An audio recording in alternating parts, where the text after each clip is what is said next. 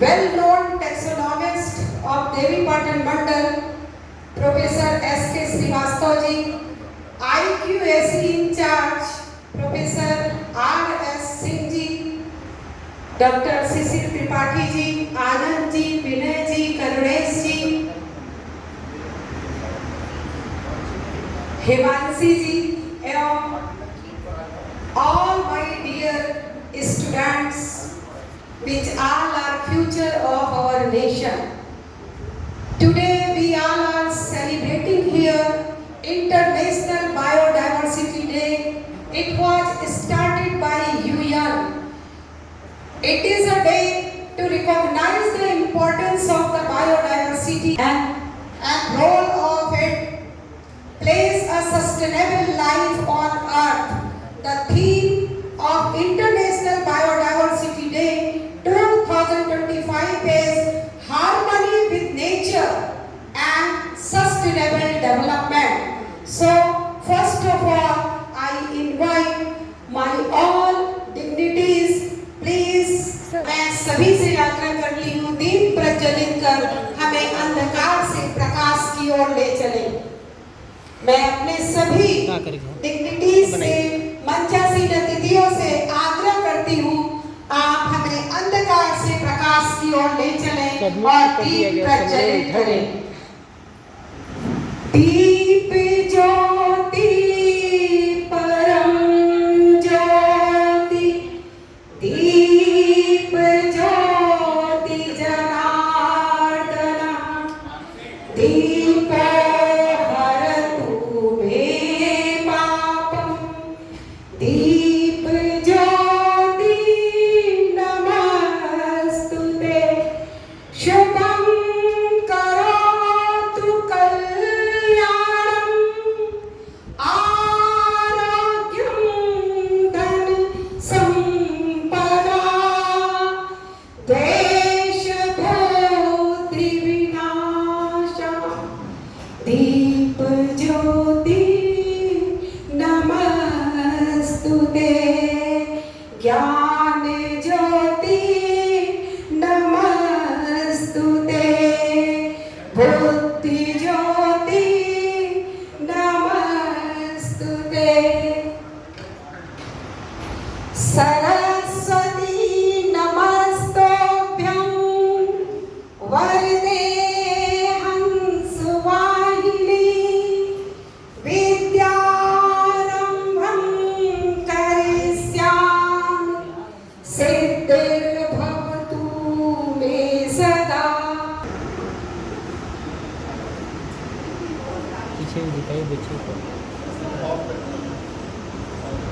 It is a day to recognize the importance of the biodiversity and the role it plays a sustaining life on the earth. The theme of International Biodiversity Day 2025 is harmony with nature and sustainable development. Biodiversity is the foundation of healthy ecosystem, providing essential services like clean air and water, soil formation and climate regulation. Presently, our biodiversity is under threat due to habitat destruction, climate change, pollution, over-exploitation of the natural resources. So there are so many problems which our nature is facing. मैं कहना यही चाहती हूँ कि जब प्रकृति ने इस धरती पर जीवन को जन्म दिया था, तो धीरे धीरे विभिन्नता बढ़ती गई और आज ग्रेट बायोडाइवर्सिटी पूरी दुनिया में हमें दिखाई देती है। जब प्रकृति ने इस धरती को रचा और यहाँ जीवन दिया, तो विभिन्न प्रकार के जीव, जंतु, पौधे, माइक्रो ऑर्गेनिजम्स सब कुछ यहाँ पनपे। प्रकृति ने सबसे अनुपम रचना के रूप में बनाया मनुष्य को। असीमित दिमाग दिया, ब्रेन दिया, जिस ब्रेन के सहारे आज हम मंगल या चंद्रयान और मंगल पर जाने की और सूर्य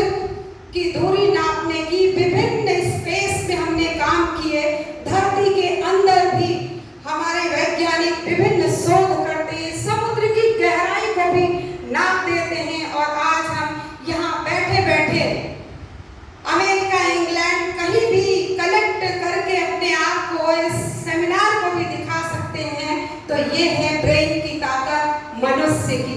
इतना अच्छा ब्रेन दिया था प्रकृति ने, लेकिन प्रकृति ने भी कभी नहीं सोचा था कि जिस मनुष्य को मैं अपनी अनुपम छटा के रूप में, अनुपम छवि के रूप में, अनुपम रचना के रूप में बना रही हूँ, वही एक दिन हम पर अधिकार करने लगेगा, वही हमारा एक्सप्लॉइटेशन करेगा।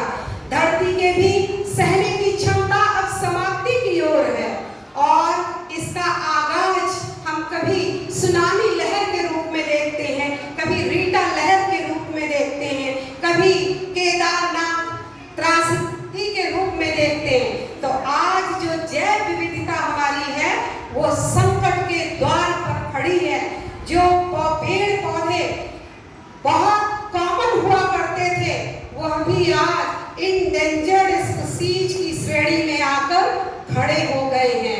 Endangered species are those species which are standing in a state of extinction. तो आज हमें संभलने की जरूरत है और अपने प्राचीन संस्कृति को याद करने की जरूरत है, जो पूरी दुनिया को एक पाठ पढ़ाता रहा है। जियो और जीने दो और सभी के मंगल की कामना करो। हमारे अजुर्वेद के जो मंत्र हैं वो तो पूरे ब्रह्मांड की शांति का पाठ करते हैं, हमको लेसन देते हैं।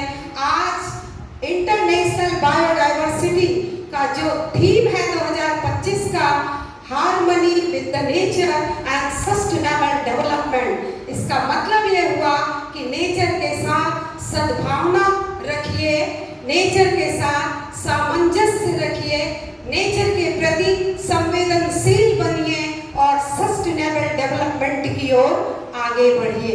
हमारे बीच उपस्थित जितने भी डिग्निटीज हमारे मंच पर यहाँ उपस्थित हैं, किस के बारे में मैं क्या कहूँ, चूंकि समय बहुत कम है और प्राचार्य जी के पास नैक की बहुत बड़ी जिम्मेदारी है और उनकी जो टीम यहाँ पर बैठी है वो सभी महत्वपूर्ण स्तंभ है नैक के।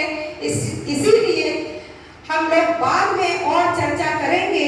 मैं बिना किसी औपचारिकता के सबसे पहले अपने बहुत ही डायनेमिक प्राचार्य जो हमारे स्टूडेंट की पहली पसंद हुआ करते हैं, मैं उन्हें आमंत्रित करती हूँ, आप आए और आज बायोडाइवर्सिटी के कंजर्वेशन के प्रति हमारी युवा पीढ़ी की क्या भूमिका है इस पर प्रकाश डालें।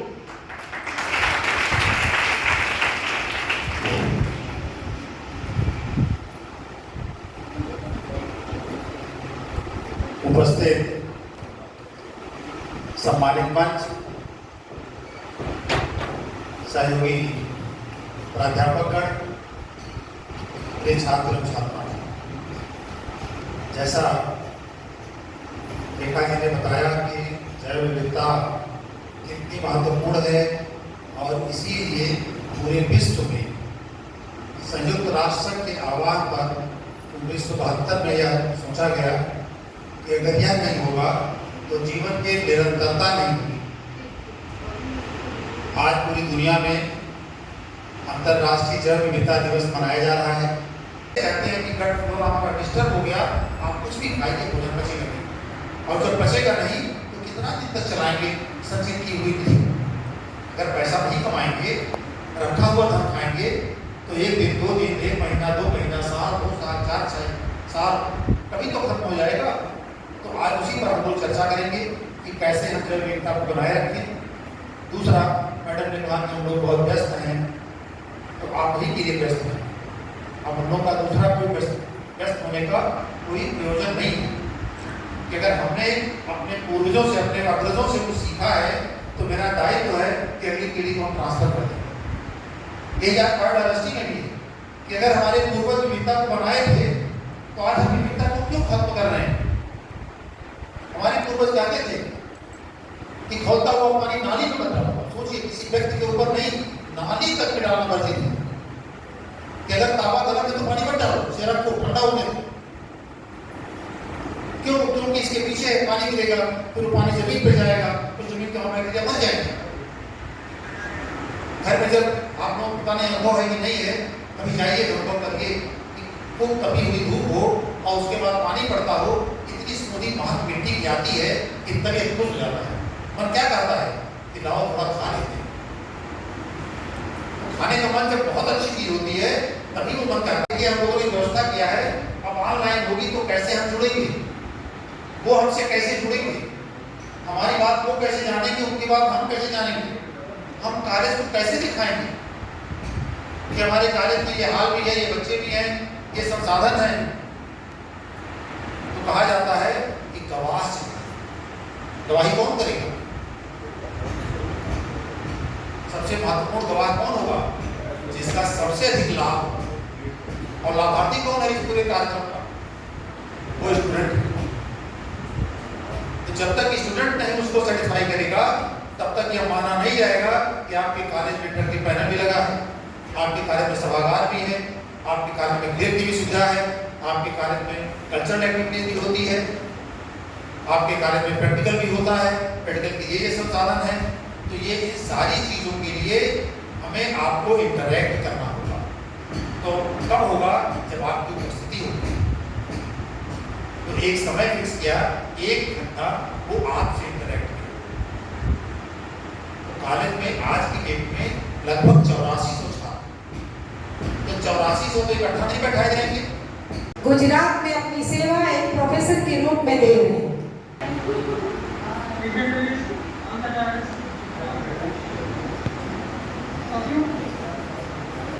We can hear you. Okay, thank you so much, madam. बच्चों, बच्चे कहना तो आदत बनती है सर, आप उसी कॉलेज के छात्र हैं जहाँ से मैं रहा हूँ। तो मेरे भाई बहनों, इस बात का अंदाजा आप लगा सकते हैं कि 2003 से मैंने बीएससी कंप्लीट किया है, and even after 22 years, मेरा एफिलिएशन है और मेरे कॉलेज से अभी तक बना हुआ है। टीचर और स्टूडेंट का जो रिलेशन है बहुत ही पवित्र है, और एक बात जो स्टूडेंट होता है वो जिंदगी भर स्टूडेंट ही रहता है। अपने गुरुओं से जुड़ना, अपने टीचर से जुड़ना, ये हमेशा एक सुखद अनुभव है। आज का जो नेशनल सेमिनार बायोडाइवर्सिटी पर रखा है, अगर बायोडाइवर्सिटी की बात करें तो टेक्निकल बातें करते हैं तो वापस से अपने टीचर्स के प्रति, अपने कॉलेज के प्रति जिन्होंने मुझे याद किया और मौका दिया ताकि आप लोगों के साथ कुछ टेक्निकल बातें भी रखूं।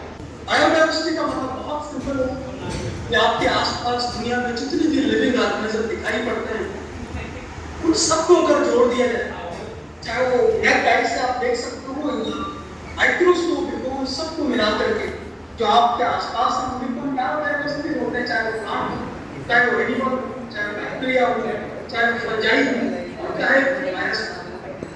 सोच के देखिए कि जहाँ पर 80% हमारी पॉपुलेशन की 80% स्पेस रहती है, उसमें 10 लाख हेक्टेयर टी फॉरेस्ट ऐसा होता है। अगर हम कोरल रीफ की बात करें जो होता है ऑस्ट्रेलिया, वो सिर्फ 1% समुद्र का पार्ट है, ओनली जस्ट 1%। लेकिन एक घर है 25% जो मैरीन स्पीसीज है वो इसी में पाई जाती है। तो आप सोचिए जो 1% है और 25% स्पीसीज का घर है, अगर कोरल रीफ को नुकसान होता है कितनी बड़ी प्रॉब्लम्स आ सकती है। अगर ड्रग्स की दवाएं जो आप जानते हैं, जितनी दवाएं आप खाते हैं, will be surprise to more than 25% जो ड्रग्स आप खाते हैं, may be it is aspirin, cancer medicine है, विंकारोसिया से आता है विंक्रिस्टिन एंड विनब्लास्टिन, ऐसे एन नंबर ऑफ मेडिसिन हैं जिनका जो सोर्स है वो प्लांट है। प्लांट नहीं होंगे तो मेडिसिन कहाँ से आएंगे? बायोडाइवर्सिटी खत्म क्यों हो रही है, लॉस क्यों हो रहा है? पहला तो हैबिटेट लॉस। आप सबको पता है कि जो हमारा पॉपुलेशन है बढ़ती जा रही है। In 1947 our population was just 35 crore। इसको देखा कि जो गौरैया है ये दाने खा जाती है, जो अनाज किसान उगाता है उसको ये खा जाती है। तो अगर हम ऐसा करें, उन्होंने ऐसे सोचा कि अगर सारी चिड़िया को मार दें, तो चिड़िया को अगर मार देंगे तो वो ग्रेन नहीं खाएगी और लोगों को खाना ज्यादा मिलेगा। तो उन्होंने कुछ लोगों को ऑर्डर इशू किया, चाइनीज पीपल इंग्लिश, जिसको गौरैया जहाँ पर मिले, बर्ड्स जहाँ मिले,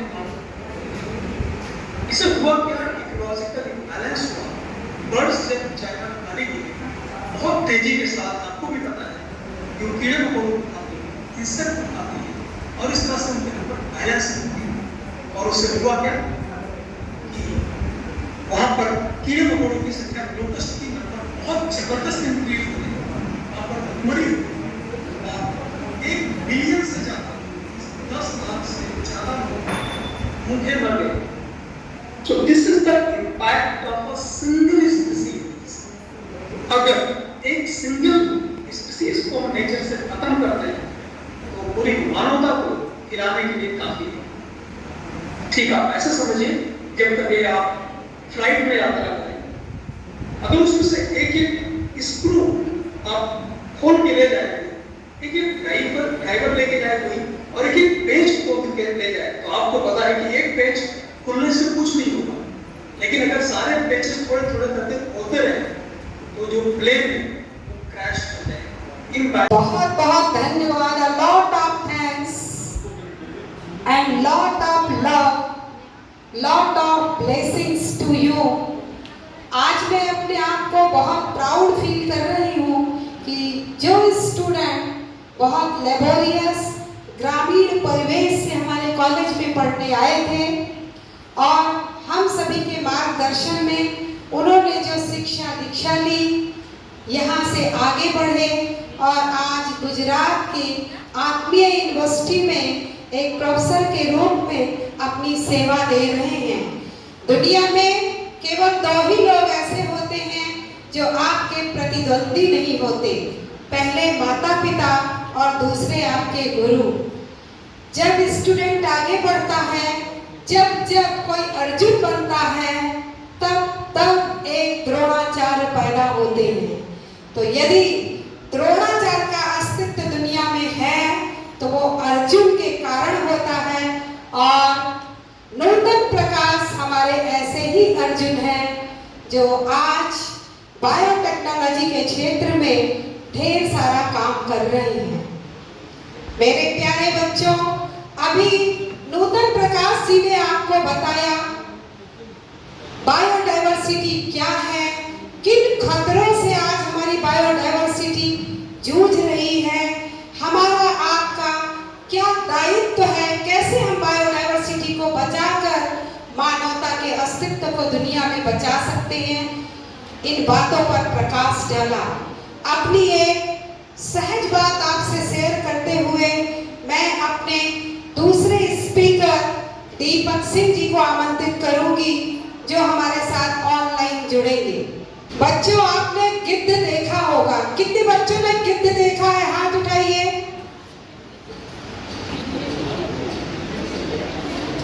बहुत बच्चों ने गिद्ध को देखा है। कौन सा ऐसा स्टूडेंट है जिसने आज तक गिद्ध देखा ही नहीं? वल्चर, गिद्ध नहीं देखा, ऐसा कोई स्टूडेंट? चलिए, बहुत अच्छी बात है, लेकिन आपने बहुत बड़ी संख्या में गिद्ध को नहीं देखा होगा।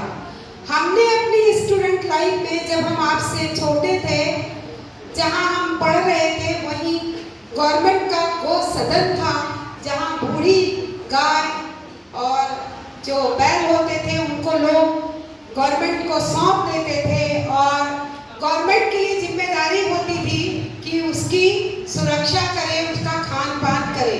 जब गाय मर जाती थी, मैं देखती थी कि करीबन 100-150 की संख्या में गिद्ध आकाश में गोल गोल चक्कर लगाते हुए, और जो एनिमल होते हैं, बहुत से एनिमल मरा हुआ जानवर खाते हैं, जिसमें एक गिद्ध भी है। बाज मार के खाता है और गिद्ध मरा हुआ खाता है। सियार, लोमड़ी सब मरे हुए जानवरों को खाने में सबका रोल होता है, लेकिन एक कोई बड़ा पशु यदि मर गया तो बच्चों सबसे पहला जो काम होता है वो गिद्ध का होता है। कोई बता सकता है कि what is the role of vulture? किसी भी मरे हुए जंतु को खाने के लिए अगर सारे पशु पहुंचते हैं जो मरे हुए जीव को खाते हैं, तो उसमें गिद्ध का क्या रोल है? कोई बता सकता है आप में से? स्टूडेंट्स नहीं जानते तो आज जान लीजिए। आज आप देखते हैं कोई पशु यदि मर जाता है तो देखते होंगे कि 3-4 दिन के अंदर ही उस रास्ते से गुजरना मुश्किल हो जाता है, क्योंकि इतनी दुर्गंध, इतना पॉल्यूशन चारों ओर फैल जाता है। क्या कारण है? सियार भी है, लोमड़ी भी है, अन्य पशु भी हैं जो मरे हुए जानवर को खाते हैं। केवल कमी किसकी हो गई है? गिद्ध की हो गई है। तो क्या काम था गिद्ध का? कैसे पशु को सभी जानवर खाते थे, तो उसमें सबसे पहला रोल गिद्ध का कैसे होता था? गिद्ध की जो चोंच होती है बच्चों, बीक होती है, वो बिल्कुल आरी की तरह काम करती है, कैंची का काम करती है।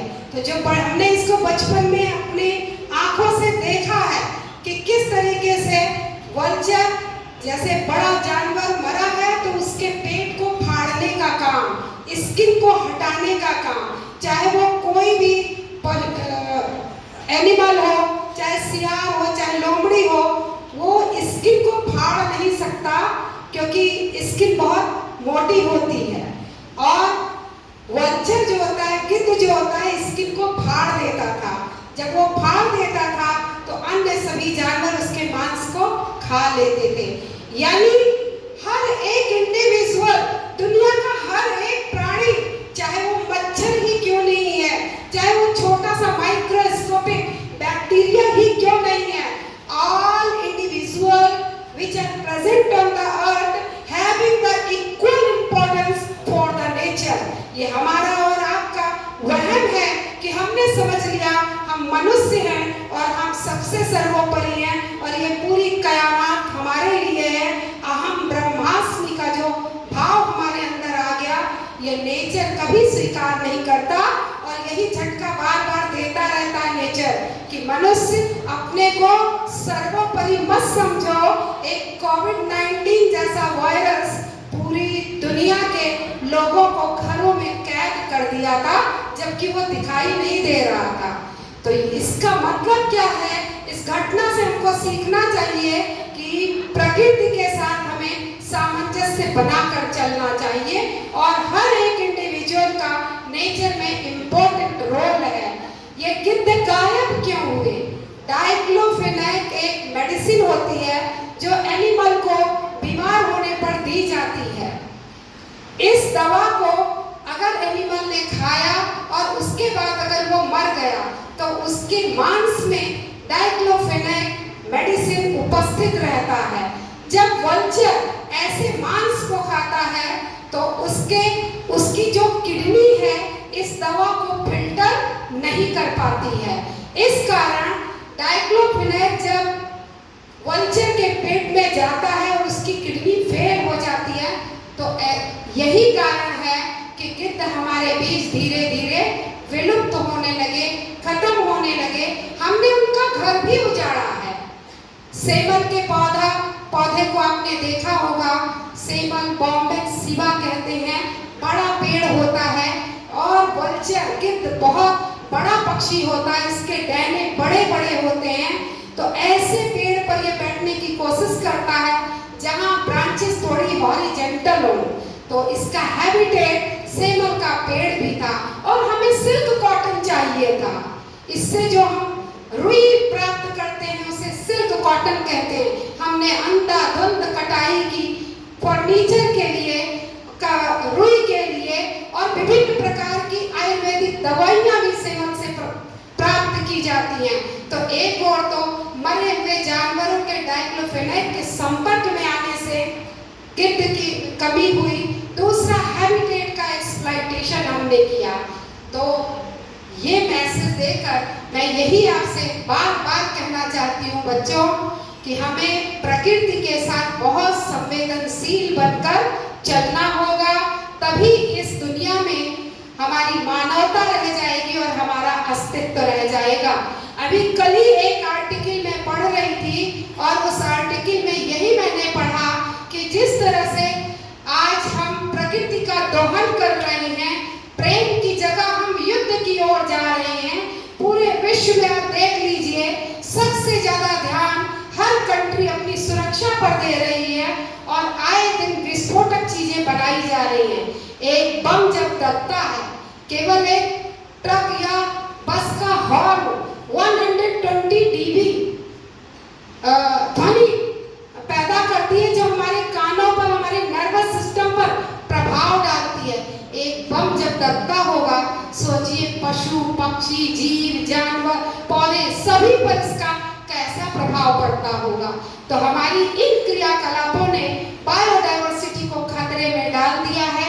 अभी इसके बाद फिर मैं आपको एक बहुत अच्छा उदाहरण पुनः बताऊंगी, और अब मैं आमंत्रित करती हूँ हमारे मां पाटेश्वरी विश्वविद्यालय के बोर्ड ऑफ स्टडीज के सम्मानित सदस्य, किसान पीजी कॉलेज नरेंद्र किसान पीजी कॉलेज बगनान के वनस्पति विज्ञान के विभागाध्यक्ष हमारे अनुज, बहुत ही डायनेमिक बॉटनिस्ट रिसर्चर दीपक कुमार सिंह जी को, जो अपने मात्र 10 मिनट के लेक्चर में आपको प्रकृति से जोड़ने का प्रयास करेंगे और बायोडायवर्सिटी के महत्व और उसके संरक्षण में आपका ज्ञान वर्धन करेंगे। So I would like to invite doctor Deepak Kumar Singh ji from Narendra ND Bagnan PG college, doctor Deepak Kumar Singh ji.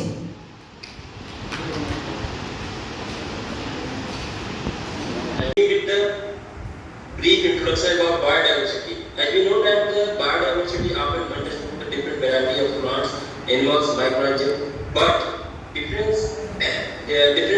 within each species. For example, between varieties of plant, breeds, livestock, variety of ecosystem like forest, desert, agriculture, that host multiple kinds of interaction and their members, animals, plants. These all are included under biodiversity. As you know that the biological diversity resources are the pillar upon our civilization. Our civilization are totally dependent upon the biological diversity, as we can understand by checking the fact. As we know that the fish provide each 20% of animals protein up to about 3 million people. Over 80% of human diet is provided by plants. As many as 80% of people living in rural areas in developing countries relies on the traditional plant-based medicine for basic healthcare. These are outcome of our biological diversity. Next, why biodiversity is important? There are so many reasons for the importance of biological diversity. Say for example, it has commercial or oil fertilizer extracted from plant and animals. Biological value, they are different pollinators, soil forms, which have different microbes, which have in soil formation, nutrient enrichment. Recreation value, spending time with nature, aesthetic value, scientific value, gene evolution, human value, they are all correlated with the biodiversity. Let's think about the service of a tree. A tree provides a lot of services to us. Say for example, flower provide food for pollinators. Pollinators add floral reproduction, bee produce honey.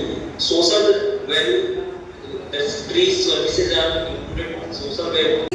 Who delivered so nice lecture on the conservation of the biodiversity. और इसी तरह भविष्य में हम आपके सहयोग का सदैव आपसे अपेक्षा रखेंगे।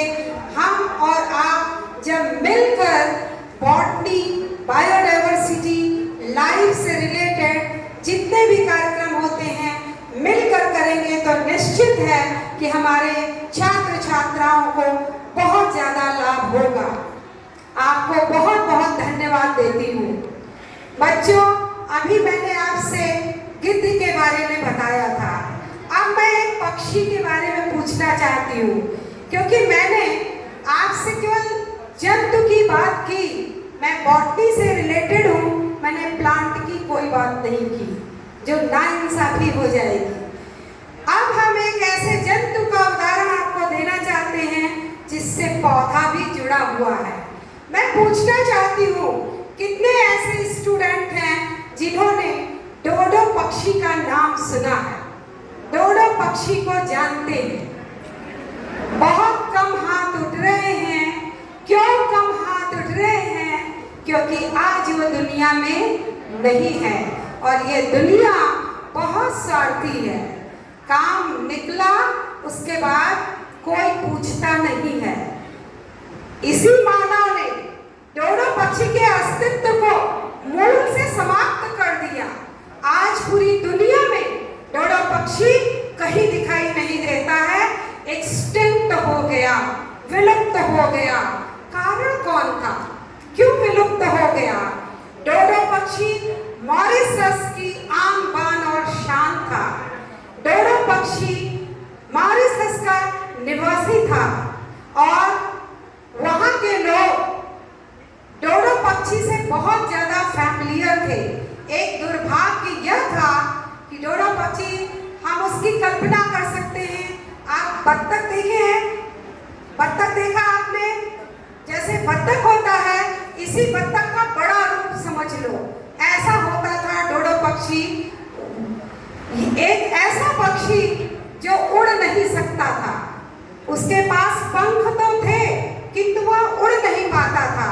तो यह उसका दुर्भाग्य था, क्योंकि अगर उड़ पाता तो इतनी तेजी से वो विलुप्त न होता। मॉरिशस में जब पुर्तगालीज पहुंचे तो उन्होंने डोडो पक्षी के मांस को खाया और बहुत डिलीशियस लगा उन्हें, तो बस अंधाधुंध उसका दोहन करने लगे। उसके रीजनरेशन पर ध्यान नहीं दिया गया और डोडो पक्षी और साथ ही साथ यूरोपियन अपने साथ बिल्ली, चूहे और बहुत से जानवर लेकर पहुंचे थे। उन जानवरों ने भी डोडो पक्षी के अस्तित्व पर संकट के बादल छा दिए थे, क्योंकि उसके अंडों को वो लोग खा जाते थे, अन्य जानवर खा जाते थे जो यूरोप से पहुंचे थे यूरोपियन के साथ। और पुर्तगाली जो थे सबसे ज्यादा उन्होंने नुकसान डोडो पक्षी को पहुंचाया।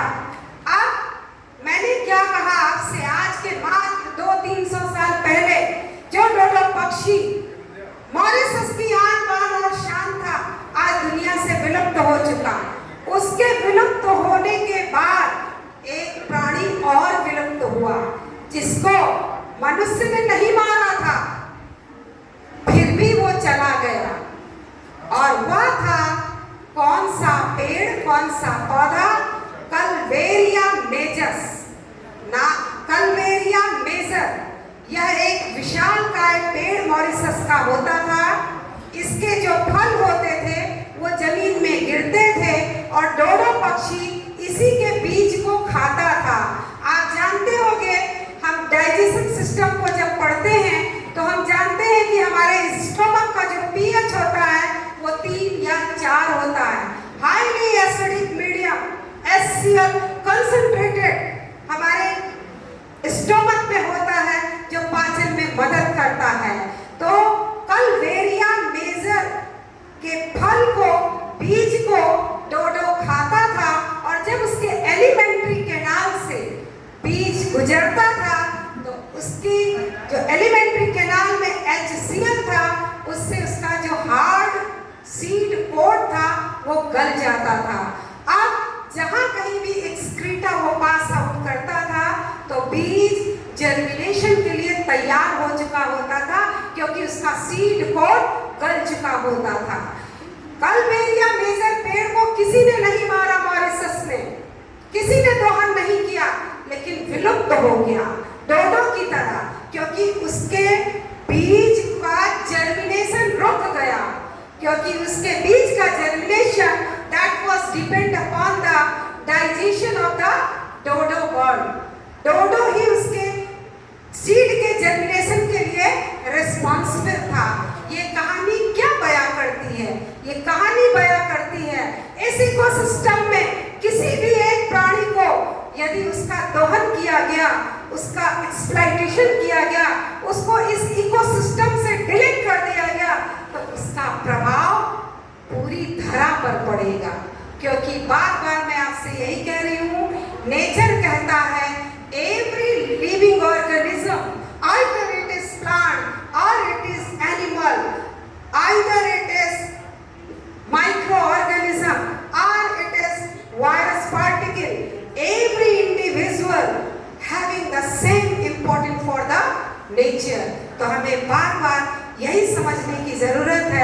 जियो और जीने दो। प्रकृति के साथ संवेदनशील बनो।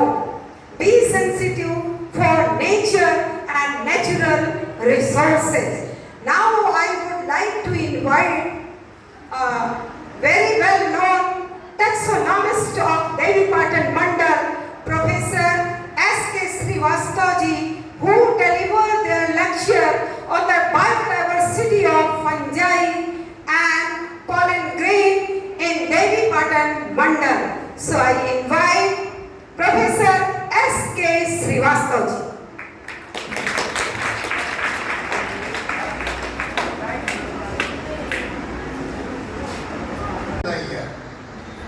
हम आपको एयर में ले चलते हैं, हवा में ले चलते हैं। हवा में this air is full of micro organisms.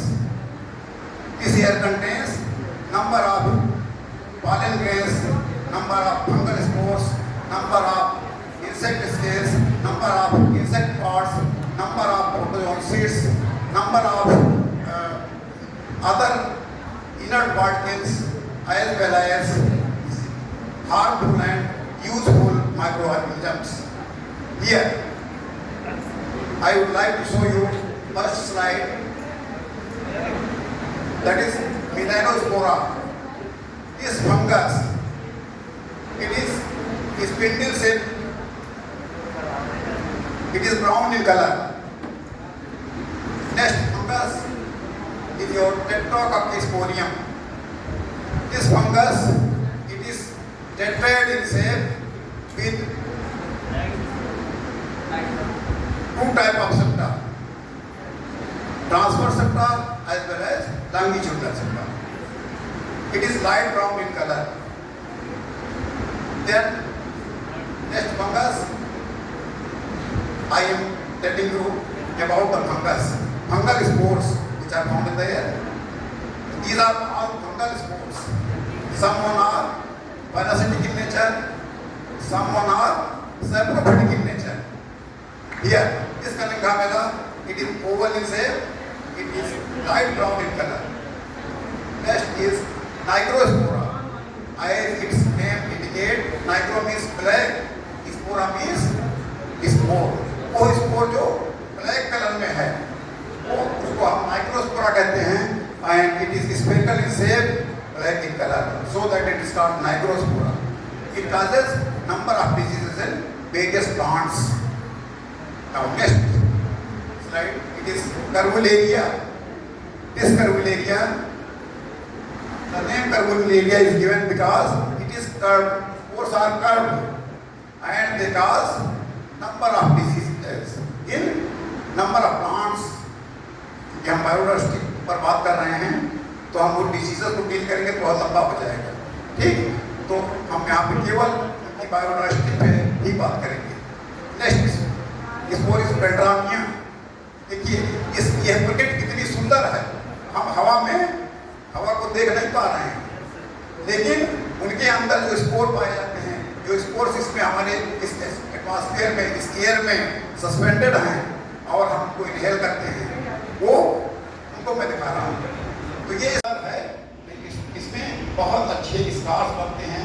ये 2-3 लेयर स्टेटामिन के स्कार्स दिखाई देते हैं। Next spore, it is herbeshia. It is hexagonal in shape, it is dark brown in colour. ठीक है। Next spore is haplosporella. ये it is ellipsoidal in shape and dark brown in colour. ये dark brown है, sometimes it is dark brown, dark black in colour. Brown to black को ये जब early stage में होता है तो ये ब्राउन होता है, and when it comes in advance stage it becomes black. Next is saccharomyces. आपने ईस्ट का नाम सुना होगा। ईस्ट फंजाई है जिसको जो इट इज बेकर्स ईस्ट कहा जाता है। जितने भी आप ब्रेड बनते हैं, जितने भी आपका विनेगर बनता है, जितनी जो बेकरी है, बेकरी इंडस्ट्री में बिना इस सकारोमाइसिस के, इस फंजाई के बगैर हम कुछ भी नहीं कर सकते। क्योंकि हमारा ये इट इज इसका जवाब हवा में इसके स्पोर्स देखेंगे तो इसका स्पोर जो है वो वाइड इन शेप है and grey in colour. Next spore is diplodia. Diplodia means ये it is oval in shape with one transverse circle in the center and it is light brown in color. Okay? Now next is Alternaria. You are very much familiar with this fungal spore. This fungus causes late early blight of potato. Okay? And its shape is muriform. It is broader at the base and gradually tapered towards the apex. And this shape is called muriform. The muriform spore है, it is light brown in color. Next. Now I will show you pollen grains. Nature में different type के pollen grains पाए जाते हैं. Different type के plants हैं. जितने plants हैं उनमें जो एंजियोस्पर्मिक plants हैं, वो सारे plants क्या करते हैं? वो हवा में क्या करते हैं? डिसिमिनेशन होता है, इसके जो एंथर्स फटते हैं और पॉलन ग्रेन्स बाहर आ जाते हैं। ये पॉलन ग्रेन्स बाहर आने के बाद क्या करते हैं? ये पॉलिनेशन करते हैं। दूसरा क्या काम करते हैं? ये इनका एक काम और है, ये पॉलन ग्रेन बहुत न्यूट्रिटिव है। हम और आप शहद खाते हैं तो शहद में अगर पॉलन ग्रेन्स की संख्या ज़्यादा है तो वो शहद सबसे ज़्यादा न्यूट्रिटिव होता है। ठीक है, इसको आप नहीं जानते होंगे। जितने खिलाड़ी हैं, क्रिकेटर्स हैं, तो वो जब खेल करके आते हैं तो उनको एक विकेट दिया जाता है और वो विकेट जो है that is highly nutritive in nature. Highly nutritive क्यों? क्योंकि वो विकेट पॉलन ग्रेन से बनती है, तो पॉलन ग्रेन्स में बहुत ज़्यादा एनर्जी होती है।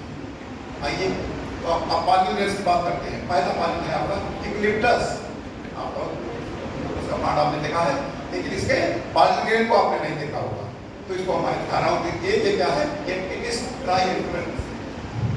अब आइए, it is yellow in colour. Majority of the pollens they are yellow in colour, but some one are different. तो आप इनको दिखेंगे। आइए नेक्स्ट आइए, ये हिबिस्कस रोजा साइनेंसिस जो गुड़हल है, इसका पॉलन ग्रेन आपने देखा है। इसमें सूचर्स डिजाइन जो है वो डिजाइन के ऊपर ये देखिए सूचर्स दिखाई दे रहे हैं और इसके बाद एक लाइन है spherical in shape and light yellow in color. Next is next is Torula. ये फंगस है, बीच में स्लाइड लग गई। तो it is elongated in shape in many transverse septa. इसमें देखिए ये elongated spores है और इसके बीच में ये सेप्टा बने, ठीक है, ट्रांसवर्स सेप्टा पाए जाते हैं। और ये जो है फंगस, ये डिसीज का करता है। ये नेक्स्ट है स्पट स्पोर्स। आपने स्पट फंजाई पढ़ा हुआ है और ये स्पट फंजाई जो है अस्टिलागो का नाम सुना होगा। अस्टिलागो जो है वो आपका फीड में, आपके मेज में, आपके जिसको GMS कहते हैं, आपके फीड में, आपके शुगर केन में, इन सब में एक डिजीज का करते हैं जिसको हम स्पट डिजीज कहते हैं। स्पट माने ब्लैक। इसका पाउडर जो है वो उनके इन्फ्लोरेसेंस में, उनके ग्रेन्स में भरा हुआ होता है। बहुत ही कम समय में और हमारे चारों ओर जितने प्रकार के एयर में उपस्थित स्पोर्स हैं, माइक्रो ऑर्गेनिजम्स हैं, सभी को दिखाने की कोशिश की। आपको कोटि कोटि धन्यवाद। और जैसा कि मैंने कहा था कि आप हमारे देवी पाटन मंडल के जाने वाले टैक्सोनॉमिस्ट हैं, मुझे नहीं पता था कि इसमें भी आप टैक्सोनॉमी ही दिखा देंगे। आपने डाइवर्सिटी ऑफ पॉलन ग्रेन दिखाया, diversity of spore of fungus दिखाया। बहुत बहुत धन्यवाद। आपने देखा, आज जितने लोगों को आपने सुना, सभी ने आपको कुछ ना कुछ ज्ञान दिया ना। रोज आप पेट की भूख मिटाते हैं, अपनी क्षुधा की भूख मिटाते हैं। आज आपने अपने ब्रेन की भूख को मिटाने का प्रयास किया है।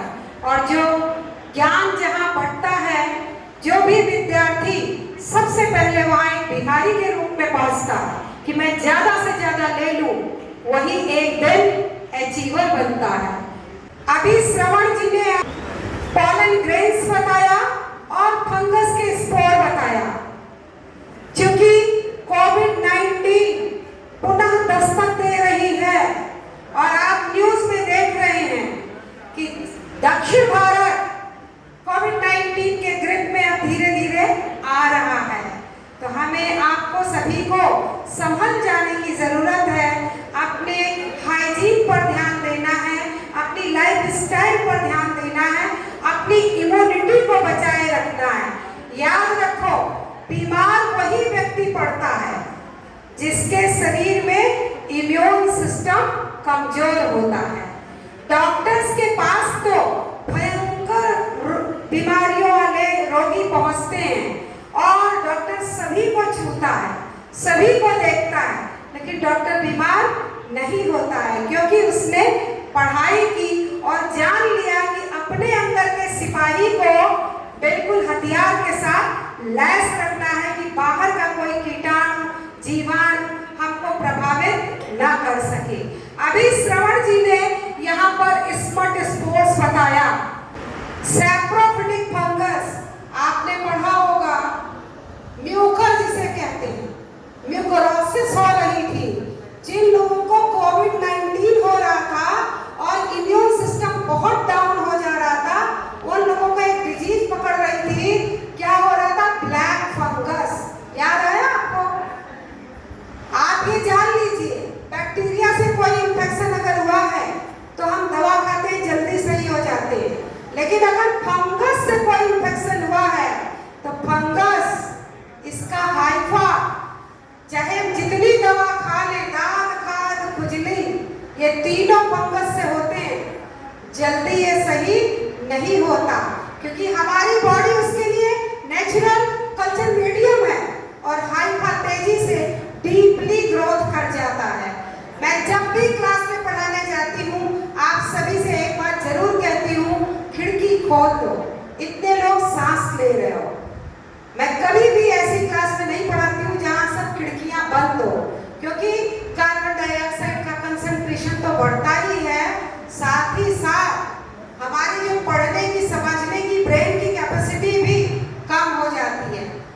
हमेशा आपको ये संदेश देते हैं ना, तो देखिए जिस कमरे का, अगर आप जहाँ कहीं भी रहते हैं, मेरा धर्म है कि मैं आपको बताऊं, जुलाई अगस्त का महीना मॉइस्चर वाला महीना होता है, हाई ह्यूमिडिटी होती है ना, पसीना सूखता नहीं है।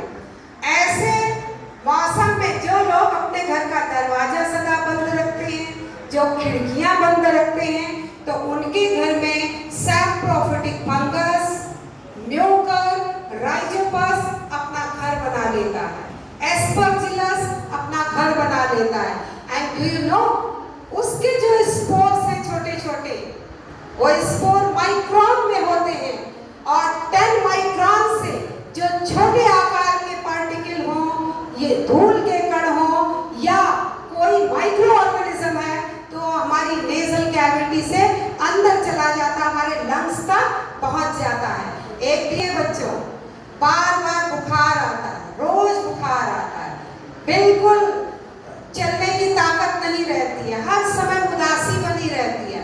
डॉक्टर के पास आप जाते हो, डॉक्टर आपको एंटीबायोटिक देता है और एंटीबायोटिक किसको मारेगी? बैक्टीरिया को, लेकिन आपको तो घायल कर रखा है फंगस ने। लोग समझ नहीं पाते हैं, एस्परजिलस का स्पोर जब हमारी नेजल कैविटी से हमारे लंग्स में जाता है, तो जैसे आपने मकड़ी का जाला देखा है ना, ऐसे पूरे कलेजे को आपके अपने ग्रिप में ले लेता है और फिर व्यक्ति को रेस्पिरेटरी बीमारियां हो जाती हैं। तो हमको एस्परजिलस से बचना है और हमको किसी भी हाल में अपनी खिड़कियों को बंद नहीं रखना है, एयर को पास होने देना है। मेरी ये बात याद रखना। मैं धन्यवाद ज्ञापन के लिए आमंत्रित करती हूँ डॉक्टर विनय पांडे जी को। आप आए और सभी का धन्यवाद चंद शब्दों में ज्ञापित करें।